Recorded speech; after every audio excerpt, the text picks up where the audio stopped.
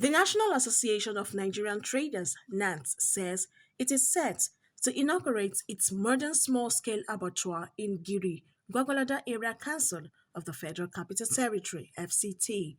The national president of the Nigerian Traders, Dr. Ken Ukauha, said this at a two-day capacity building program on integrated modern abattoir practices, standards, and meat healthy safety regulations organized by the association. Looking at the practices that are extant, apparent in the abattoirs that we have, not only in Nigeria, but also in the whole of Africa. We moved around and we saw that most of the practices were, very, not just obsolete, but annoying. Looking at what can be fabricated to make sure that it is conveying the same new hygienic practices and environmental standards. And that's how we put all of this in paper and decided we're going to set up an abattoir. Look at also the innovations we're putting here. The blood is for meal, blood meal, used for feeding animals, used for feeding fish and all of that. Look at the hoofs. We are also looking at using the hoofs to produce buttons for clothing that you are wearing. We're also looking at the horns, using the horns and the bones to also produce enamel plates, breakable plates. We're also looking at the horns itself and the bones, crushing them, and they are also animal feet. On his part, the Director of Agriculture and National Resources, Gwagwalada Area Council, commended the Nigerian traders for the project, saying, Job creation is one of the importance of this program. And that's why the day when we came with the chairman here, we made him to understand that even this construction alone created jobs for even the people here.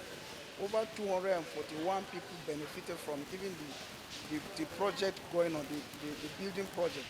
So, and of course, we are very close here. We are privileged for this project to be stationed here. And our people would definitely gain employment here, and that will better their living. So it is very, very important. My advice to the teeming youths is this. They should be honest even in their doing the work. They should be honest, one. Two, they should be hardworking. Because these two things, hard work and honesty, will take you to any level in life. So I advise that let them be very hardworking and be honest.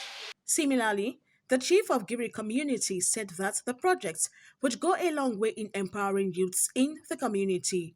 Lot of impact. One, it will move the name of our community very far.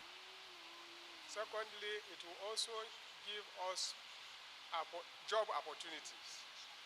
Because since when he started this work, it was our boys that are doing this work. That is to say they've got what to eat.